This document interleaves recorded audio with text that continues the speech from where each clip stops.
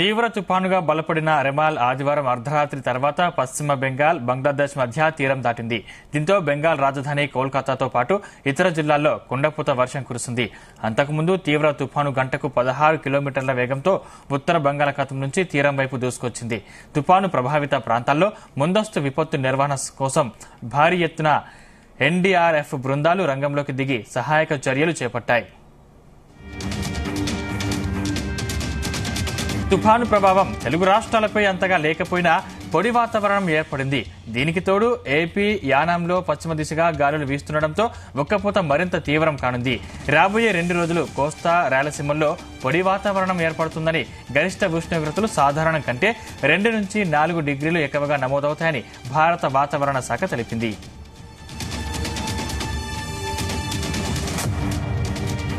ఇదే అంశంపై మరిన్ని వివరాలు మా ప్రతినిధి శ్రీచరణ్ అందిస్తారు. శ్రీచరణ్, చెప్పండి, తుపాను తీరం దాటింది, అప్డేట్స్ ఏంటి? సందీప్, తీవ్ర తుఫాన్ గా బలపడిన రెమాల్ నిన్న అర్ధరాత్రి తర్వాత పశ్చిమ బెంగాల్, బంగ్లాదేశ్ మధ్య తీరం దాటింది. అంతకుముందు ఈ తుఫాన్కు గంటకు దాదాపు తీవ్రంగా 16 కిలోమీటర్ల వేగంతో ఉత్తర బంగాళాఖాతం నుంచి తీరం వైపు దూసుకొచ్చింది. తుఫాన్ ప్రభావిత ప్రాంతాల్లో ముందస్తు విపత్తు నిర్వహణ కోసం భారీ ఎత్తున ఎన్డీఆర్ఎఫ్ బృందాలు కూడా రంగంలో దిగి సహాయక చర్యలు చేపట్టాయి. కొన్ని చోట్ల కూడా ఇట్లా చెట్లు రోడ్లపైన విరిగిపడడంతో ఎన్డీఆర్ఎఫ్ బృందాలు మొత్తం దిగి కూడా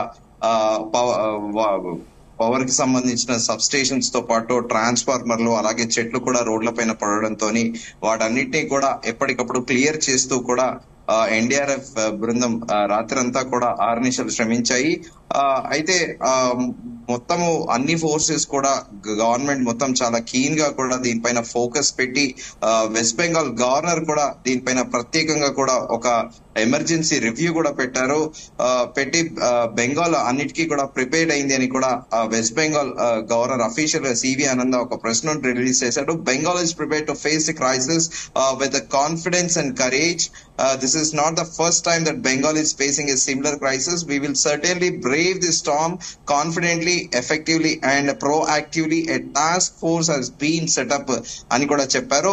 బెంగాల్ కొత్తగా ఇలాంటి క్రైసిస్ అంటే ఇలాంటి విపత్తులు కొత్తగా చూడట్లేదు. గతంలో కూడా చాలా ఎదుర్కొంది. చాలా విశ్వాసంతో, ధైర్యంతో కూడుకున్న మొత్తం బెంగాల్ రాష్ట్రం కూడా ప్రిపేర్డ్ అయ్యింది. దీనికోసము స్పెసిఫిక్ గా ఒక టాస్క్ ఫోర్స్ ని కూడా మేము అలర్ట్ చేశాము, నియమించామని కూడా వెస్ట్ బెంగాల్ గవర్నర్ సివి ఆనంద కూడా ఒక ప్రకటనలో తెలిపారు. నిన్న ప్రధానమంత్రి నరేంద్ర మోదీ కూడా ప్రత్యేకంగా కూడా ఈ రెమాల్ సైక్లోన్ పైన ఒక రివ్యూ పెట్టారు. దీంట్లో principal secretary to chief minister, అలాగే క్యాబినెట్ సెక్రటరీతో పాటు హోమ్ సెక్రటరీ, అలాగే నేషనల్ డిజాస్టర్ టీమ్ డీజీతో పాటు వాతావరణ శాఖ డీజీ కూడా ఈ రివ్యూలో పాల్గొన్నారు. అలాగే ఎన్ఎండిఏ సెక్రటరీ కూడా పాల్గొని ఈ విపత్తు నుంచి వెస్ట్ బెంగాల్ ని ఎలా బయటికి పడేయాలన్న దానిపైన ప్రధానమంత్రి కూడా ప్రత్యేకంగా ఒక రివ్యూ తీసుకున్నారు. అయితే ఎక్స్ వేదికగా కూడా పశ్చిమ బెంగాల్ ముఖ్యమంత్రి కూడా ఒక పిలుపునిచ్చారు ప్రజలందరికీ. Tomorrow stay home and stay safe. We are there for you today and always. This storm shall pass too. దయచేసి ప్రజలందరూ కూడా ఇంట్లోనే ఉండండి, సేఫ్ గా ఉండండి. మేమందరం కూడా మీతో ఉన్నాము. ఇవాళ ఎప్పుడు కూడా మీతోనే ఉంటాము. ఈ తుఫాన్ అనేది కూడా త్వరగానే పాస్ అవుతుంది అని కూడా ఎక్స్ వేదికగా కూడా ముఖ్యమంత్రి మమతా బెనర్జీ కూడా ప్రకటించారు. అయితే ముందుగా అనుకున్నట్టు ఎన్డీఆర్ఎఫ్ బృందాలు కూడా రంగంలో దిగి సహాయక చర్యలు చేపట్టాయి. తుఫాన్ ప్రభావము తెలుగు రాష్ట్రాలపై అంతగా లేకపోయినా కూడా దీని కారణంగా ఏపీలో తేమ మొత్తం కూడా పోయింది.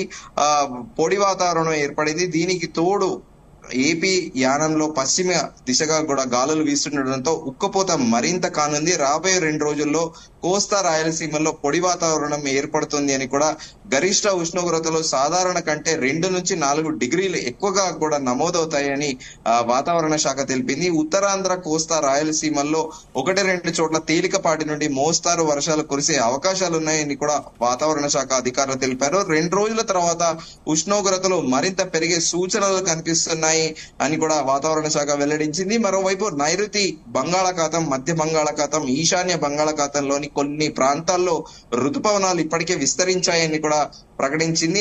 నైరుతి రుతుపవనాలు ఈ నెల 31 నాటికి కేరళలో ప్రవేశించేందుకు అవకాశాలు కనిపిస్తున్నాయని కూడా ఏపీ వాతావరణ కేంద్ర అధికారులు తెలిపారు సందీప్. శ్రీచరణ్, అంటే నిన్న మొన్నటి వరకు తెలుగు రాష్ట్రాలు వర్షాలతో కాస్త రిలాక్స్ అయ్యాయి, అంటే మళ్ళీ ఇప్పుడు ఎండలు దంచేస్తున్నాయి. దీనికి కారణాలు ఏంటి? ఉదయం అంతా కూడా రెండు తెలుగు రాష్ట్రాల్లో, ప్రత్యేకంగా మనం హైదరాబాద్ గురించి చెప్పుకుంటే ఉదయం అంతా కూడా ఎండలు ఉంటున్నాయి. 36 నుంచి 37 డిగ్రీల ఉష్ణోగ్రతలు నమోదవుతున్నాయి. సాయంత్రము 4 నుంచి 6 మధ్యలో కూడా అకస్మాత్తుగా వర్షం పడుతోంది. పొద్దునంతా ఆ ఎండకి సాయంత్రం ఒకటేసారి వర్షం పడగానే తీవ్ర ఉక్కపోత అనేది రావడము, ప్రజలందరూ కూడా ఇబ్బంది పడుతున్నారు.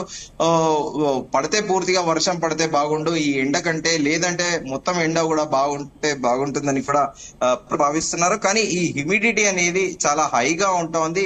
వర్షం పడుతున్నప్పటికీ కూడా ఆ భూమిలో ఉన్న వేడి అంతా ఒక్కసారి బయటికి రావడంతో ప్రజలందరూ కూడా చాలా ఇబ్బంది పడుతున్నారు సందీప్. అంటే ఏపీ తెలంగాణలోకి మళ్ళీ ఈ ఋతుపవనాలు ఎప్పుడు వచ్చే ఛాన్స్ ఉంది? ఆంధ్రప్రదేశ్ వాతావరణ శాఖ ఈ నెల 31వ తేదీనే నైరుతి ఋతుపవనాలు ఆంధ్రప్రదేశ్ రాష్ట్రాన్ని తాకే సూచనలు ఉన్నాయని కూడా ప్రెడిక్ట్ చేస్తోంది ఆంధ్రప్రదేశ్ వాతావరణ శాఖ. మన దగ్గర తెలంగాణ రాష్ట్రానికి చూసుకుంటే మనం ముందుగా కూడా వాతావరణ శాఖ పలుమార్లు కూడా ప్రెడిక్ట్ చేస్తూ ఎప్పటికప్పుడు అలర్ట్స్ జారీ చేస్తూ కూడా వస్తుంది. జూన్ 6 నుంచి 8లోగా నైరుతి ఋతుపవనాలు తెలంగాణ రాష్ట్రంలో ప్రవేశిస్తాయని కూడా వాతావరణ శాఖ ఇప్పటికే ప్రకటించింది.